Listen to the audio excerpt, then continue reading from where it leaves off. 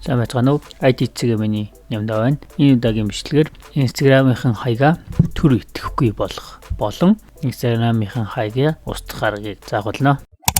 Instagram-ыг устгахдаа гар утасныхан Instagram-ийн аппликейшнээс устгах боломжгүй байдаг. Тийм учраас Instagram-ийн хаяг руу заавалчгүй браузераар орох хэрэгтэй болдог. Android төлөвлөлийн системтэй гар утсах юм бол Google Chrome, Firefox гэх мэт, iPhone байх юм бол Safari ч юм уу эдгээр бүр урдсруудын аль нэгээрээ Instagram хаяг руугаа орох хэрэгтэй. Өөрхөн хаяг руугаа нэвтэрж орсныхан дараа баруун дээр нь байгаа setting дотроос нь өөрхөн setting руу орно.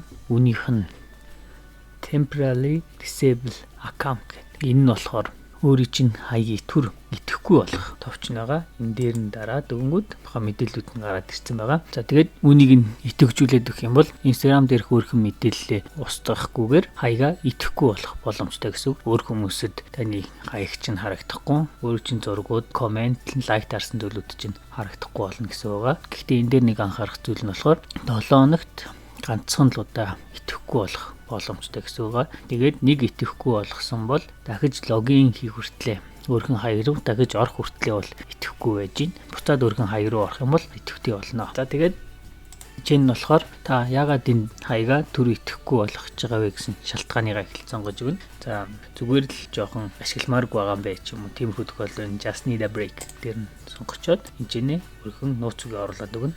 Нууц үгээ мэдэхгүй байх юм бол forgot password гэдээ ороод өнгөд өөрөдтэй мэйл хаяг ч юм уу утасны дугаар руу холбогдох линкийг нь уулаад өгөх байгаа. Password-а хийж өгөөд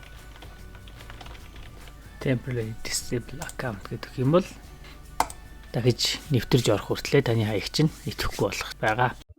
За харин одоо өөрхөн хаягаа устгах талаар зай. За устгах төвчлөрүүд нь болохоор аппликейшн дээр нь ч гэсэн setting дотрууд нь байдаггүй. Би тайлбар дээрээ устгах линкийг нь оруулаад өгчий. Тэгээд мөн тухайн линк рүү оронгууд ийм дийлгэц гараад ирнэ. Энэчнээс нь яагаад устгах гэж байгаа вэ гэсэн энэ дундаас таарах сонголтуудаа сонгоод за таны энэ хаягийг чинь арилгах чинь шүү гэсэн нэрийг чинь асуугаад зөв үү гэд тэгээд пассвордаа оруулна уу.